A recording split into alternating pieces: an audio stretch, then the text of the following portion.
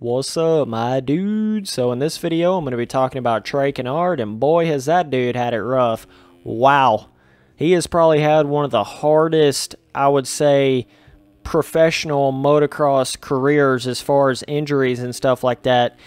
Most people, they had the injuries before they can ever really make it to the pros, so you may not really know about some of those people, but man, I'm telling you, most people, that's why they don't make it to the pros, is because of injuries. There are so many motocross racers out there that if they just wouldn't have got injured, they could have taken their career so much further. And it's quite the scary thing when you think about it, when you always keep in mind that all it takes is one crash.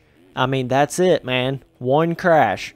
So that's why I can never blame somebody like Dungey or some of those dudes that may not look as exciting on the bike or whatever. I can't blame them because what they're doing is so dangerous that it's like, man, wow, I don't know. But then it gets to the point where you have to push it to that level if you want to beat somebody like Villopoto, you see, because Villopoto was perfect at kind of having a right in the middle balance between speed and consistency. I think Villopoto was the man when it comes to that. He was perfect at doing that. And with Trey Canard, I mean, I don't know. He is just, every time he comes back, something happens. Injuries. I mean, this year has just been, it's like I don't even expect to see Canard. You know, it's like, oh yeah, Canard's out for another week. That doesn't surprise me whatsoever. He's been out like, I don't even know how many times this year. And that's not even counting the past 5 years that he's been having similar issues. And I don't know. It's just hard to ever tell. Is it the way they're riding? Is it just luck? I mean, it's hard for me to think that it's just bad luck whenever things like that happen, because Dungey hardly ever gets injured, and you see the way that he rides. And then whenever I go watch Canard ride, it looks like he's about to crash in every corner. It's like, I don't know if it's like people riding over their heads, or, you know, if they don't have a good grasp of their own skill level and they're always trying to push above. And I know that's probably easy to do whenever you're a pro that has had injuries and then you're trying to come back as quick as you can, and sometimes maybe you're overriding the bike in that sense and you're not quite there skill level wise yet. I could see that happening quite a bit, but I don't know what causes it. But I mean, motocross crashes are the most finicky things out there. You can roll it over in a corner and snap your knee, or you can fly over a quad and wad up the bike, do 3 backflips and crash and stand up and nothing's hurt at all. Not even a bruise. It's so weird in that sense with motocross. And motocross, it's not like any other sport, well, any other stick and ball sport and standard sports like that, where let's just say you kind of go all out in basketball, or you make a mistake in basketball. Well, what are you going to do? Airball it? Airball. Oh, who gives a fuck? If you mess up in motocross, you could potentially die. I mean, that's the nature of it. And motocross is so dangerous in that sense. Even though it's just a sport, just like a lot of other sports, it's so dangerous, especially at the pro level. What the kind of jumps and stuff they're hitting, I mean, any one little mind mess up and that could be history. I mean, we've seen it with a lot of people out there, and even though it may not kill you, it may make it to where you can never ride a bike again, and it happens to so many of them. And so, and that's, you know, you're always wanting to push it and go faster and faster, and everybody's trying to do that, and everybody's competing to go faster, but faster is dangerous, you see? So it kind of develops this, like, sort of meat grinder in a sense, and I know it sounds horrible, but that's really what starts to happen. So I think what's very important is to never compare yourself to anybody else. Always ride on your own terms, like ride at your own pace, regardless if that's first place or 5th place or 15th place.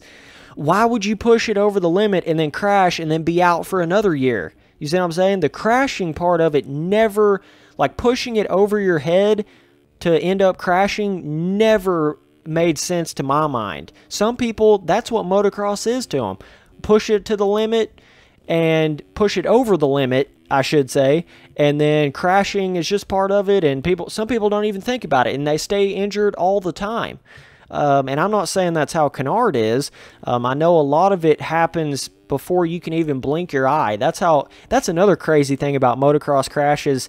Some of them, it's like, it just happens so quick. It's like the snap of a finger, and if you've never had that happen before, you just wouldn't understand it. But you could just be riding along, racing, whatever you're doing, like a normal old day, and then it just, I mean, in a split second, it turns from heaven to hell with motocross. I mean, that's how it is, but that's what makes it what it is. You see, that's where the fun and adrenaline aspect comes from. But what I'm getting at, though, is like, pushing it over your head never really pays off in a long-term championship a lot of times, because, I mean, you just have to be so consistent in this day and age, I guess is what I'm trying to say here. Like, you have to be so precise, zero mistakes, and that's just how it has become. So, like, riding over your head is not really the smartest thing. The smartest thing is to get it to where your comfort level is on such a high notch that then you're at that point, you know, because, I mean, just straight up riding over your head is just stupid. But, like, Villopoto had a way of sort of, I mean, just on a standard sense, his normal consistency comfort level was on an insane high, but also when he did push it to the limit and kind of over his limit just a little bit, that's when he only did it when he had to. He didn't do it for a whole race. He didn't do it all the time.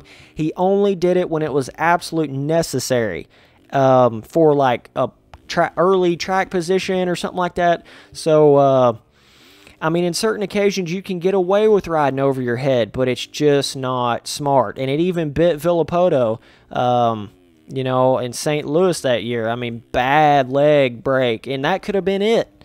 A lot of people go, oh, well, look at what it turned him into and all that. Well, you can think like that, but you can also think like that could have been the end of Villopoto's career, and he put in all that work his whole life, family sold the home, done all that stuff, and then ended it right there. And then never made another dollar from it, never got to ride a dirt bike ever again. It happens to a lot of them. It's not always a fairy tale story with motocross and crashes and stuff. So you can't just think like, oh, if I crash, I could probably heal up and be back racing pretty soon. You can't always think like that, man. Motocross crashes can be a lot worse than you think. So it's just something to keep in mind. And then not to mention the mental side of it, it starts to fuck you up like that. If you start crashing a ton, then it's all you're thinking about is crashing. You're not thinking about riding and moving forward. And you can't be out there if you're thinking about crashing. No way. You can't. You gotta have it somewhere ingrained very deep in your mind. There has to be a fear there a little bit, but you can't think about it at the same time. There's kind of a balance between it there as well. But as far as Canard, I mean, man, I don't know. He's shown a lot of great potential, a ton of great potential. I mean, could have been a 450 champion in a lot of different degrees. When he's on it, dude. And even when he came back, and him and Millsaps went at it, I mean, he almost won that race. So, I don't know, man. We'll just have to wait and see. Maybe he's just all over the place as far as like bikes and coming back and forth. And I know that one year he had a pretty good little run going, and I think he landed on Weimer or something happened, and then he was out that year. I can't remember which year that was, but he was getting his ball rolling there a little bit, and now it's just all over the place again. So I don't know. We'll just have to wait and see. I think Canard's a grade A dude. I think he's awesome. Everything that he does, and he's definitely just a solid dude overall. But it's just, man, your body can only take so many injuries, and I'm just not sure where he's at in that sense, you know, and where it's going to get to a point where it's like, okay, is it really worth it anymore? I mean, there's just no telling. So I don't know. He's been in the 450s for a while, and the way he's been able to keep these rides is the fact that he's won 450 main events. When you do that, it just takes you to another level. Like if you win a 450 main event or an outdoor moto or something like that, that's a big deal. I mean, you can win all the 250 shit in the world, but if you never win a 450 race, you may not have a ride pretty quickly. So that's the difference in like 250s and 450s. I mean, you can be a championship. I would say winning one 450 race is more important as far as like getting more sponsors than it is winning a 250 championship. I would honestly say that. Like, you know, if you said, okay, this person, like if you compared two people, somebody that's won a 250 championship and never won a 450 race, or somebody that hasn't won a 250 championship and has won a 450 race, that dude that has won a 450 race is going to be way more likely to keep a sponsor or something like that, because the 450s is the premier class. That's where it happens. That's where it really goes down as far as like sponsors and stuff like that. I mean, 250 class, it's just getting you ready for the 450 class. That's all it is. So, I don't know what's left for Trey Canard.